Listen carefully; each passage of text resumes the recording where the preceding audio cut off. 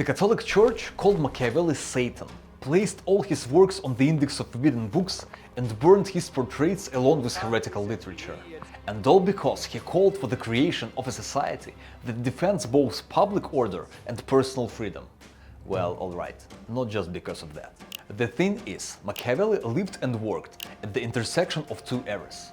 The old, with its Christian morality and submissiveness, and the new, rational, with its faith in human liberty and grand human destiny. Our religion, moreover, places the supreme happiness in humility,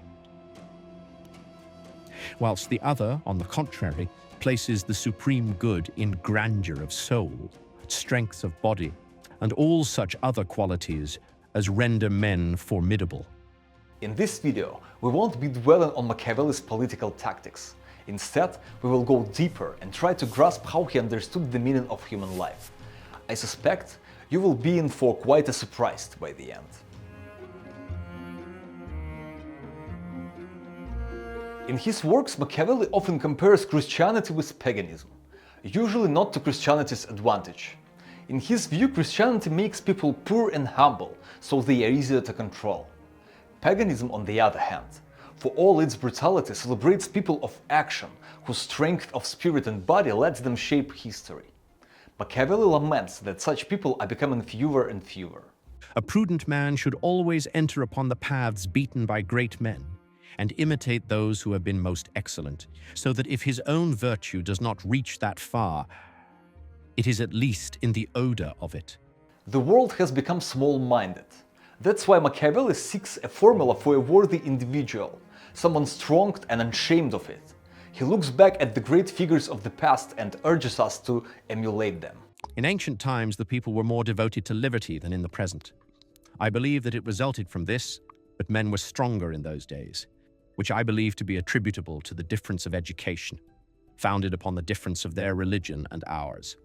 Time and again, Machiavelli criticizes religion and its role in the decline of the human spirit. Yet he never actually denies the existence of higher powers or their authority over us. He believed that God restrains us only as much as we allow ourselves to be restrained. After all, a modern person can really stand up to fortune, rather than weakly accepting its blows. Fortune is arbiter of heart of our actions, but turns her impetus where she knows that dams and dikes have not been made to contain her. God is sometimes indifferent and even cruel, precisely to give us the space to demonstrate our own strengths of spirit, to exercise our freedom and to achieve glory by resisting fortune, which is constantly putting us to the test. God does not want to do everything, so as not to take free will from us and that part of the glory that falls to us. On the whole, Machiavelli thinks that fortune, or God, doesn't so much govern us as guide us and suit certain conditions. It doesn't strip people of their agency, but at the same time, its actions aren't random, they are intentional. It certainly is the course of fortune to select for her instrument a man of such spirit and ability that he will recognize the opportunity which is afforded him. And when she wishes to effect the ruin and destruction of states, she places men at the head who contribute to and hasten such ruin. Fortune directs unworthy people when necessary, just as it directs natural disasters, floods, volcanic eruptions, to clear the land for a fresh start. This is the very evil that makes way for manifestations of good, and in that sense, people are no different from fortune. In all the actions of men, the good is accompanied by some special evil, and so closely allied to it that it would seem impossible to achieve the one without encountering the other. Machiavelli believes that in the nature of the universe and of humanity, good is always tightly woven with evil, and trying to pass moral judgment on this is as pointless as condemning the sunset. After a fire, the forest becomes healthier, the trees grow faster, and eventually the animals return under the renewed canopy. The calling of a wise and strong individual is to do the necessary evil, in order to keep the balance and protect the common good with as little bloodshed as possible. It is quite a pragmatic idea, though even today it is an awkward one to say aloud.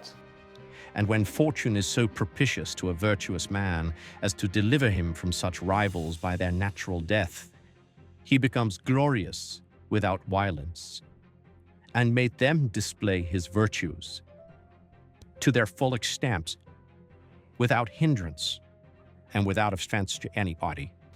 If someone seeking glory is especially lucky, fortune will take a lick into him and assume the unpleasant job of doing evil herself. Such a person will easily achieve greatness and display their best qualities.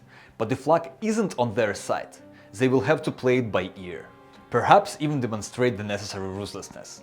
To give vigorous orders requires a vigorous mind, and he who has that strength of mind and commands cannot enforce the execution of his orders by gentle means. And he who lacks such vigorous mind must be careful not to order anything extraordinary. And while this passage was written about leaders and rulers, the same principle holds true for an ordinary person. After all, for Machiavelli, the point of life is to gain renown through one's actions and serve higher aims, not religious ones, but those that matter to society. At the same time, he can quite well distinguish good from evil in the Christian sense. Yet one cannot call it virtue to kill one's citizens, betray one's friends, to be without faith, without mercy, without religion. These modes can enable one to acquire empire, but not glory. Machiavelli devotes much attention to the subject of glory, but never insists that the end justifies any means. For him, power is temporary and material, but true glory of a person and their deeds will live on forever. The true meaning of life for someone who has broken free from the shackles of the Middle Ages is to help build a society that protects order and freedom for all. For a people that governs and is well regulated by laws will be stable, prudent, and grateful. And one more thing. For it is the duty of an honest man to teach others that good, which the malignity of the times and of fortune has prevented his doing himself.